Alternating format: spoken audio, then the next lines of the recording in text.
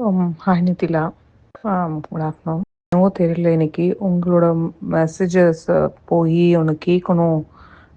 ஒரு தடவை நம்ம கொஷின் கேட்டோம் இல்லையா அப்படின்னு சொல்லிட்டு, சரி என்ன கைடன்ஸ் அவங்க கிட்ட வந்தது நித்திலா கிட்ட அப்படின்னு திருப்பி போய் பார்க்கலாம் அப்படின்னு சொல்லிட்டு நான் போகிறேன். This is something that question asked in May. சரிங்களா, எக்ஸாக்டாக வந்து இப்போ 6 months ஆக போகுது. சரியா, May, June, July, August, September, October, November இல்லையா? நீங்கள் வந்து ரொம்ப கிளியராக சொன்னீங்க. என்னென்னா, உங்களுக்குள்ளேயே ஒரு வார் உள்ளே நடந்துட்டுருக்கு அப்படின்னு சொன்னீங்க. அது ரொம்ப கிளியராக எனக்கு புரியுது. எனக்குள்ளேயே ஒரு சண்டை ஓடிக்கிட்டே இருக்கு. I am not at all able to find that peace. I am able to relate உங்கள் ஃபீலிங்ஸ் ஆன் பண்ணி ஆரம்பிச்சிருக்கேன். Thank you so much for guidance. என்னமோ தெரியல, எனக்கு இன்னைக்கு திடீர்னு வந்து அப்படி டக்குன்னு உங்கள்ட்ட போய் பார்க்கணும் அப்படின்னு எனக்கு தோணுச்சு.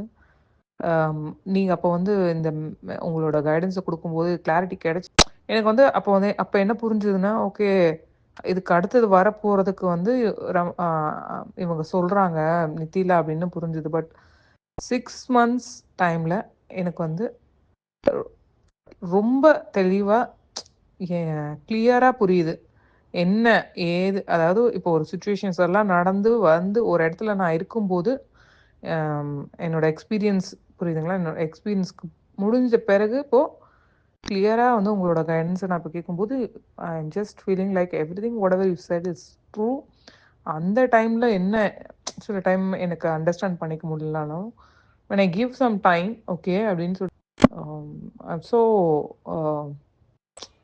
அதே ஒரு கூஸ்பம் மொமெண்ட்டாக இருக்குது எனக்கு. ஓகே, இது கரெக்டாக கிளியராக சொல்லியிருக்கீங்களே.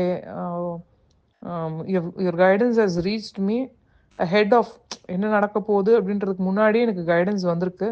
பட் அதை என்னால் கொஞ்சம் ரொம்ப யோசிக்க என்ன அப்படின்னு ரொம்ப ரிலேட் பண்ணிக்க முடியல. ஆனால் அந்த கைடன்ஸ் இப்போ வந்து கரெக்டாக இது என்ன அப்படின்றது ரொம்ப தெளிவாக புரியுது எனக்கு. தேங்க்யூ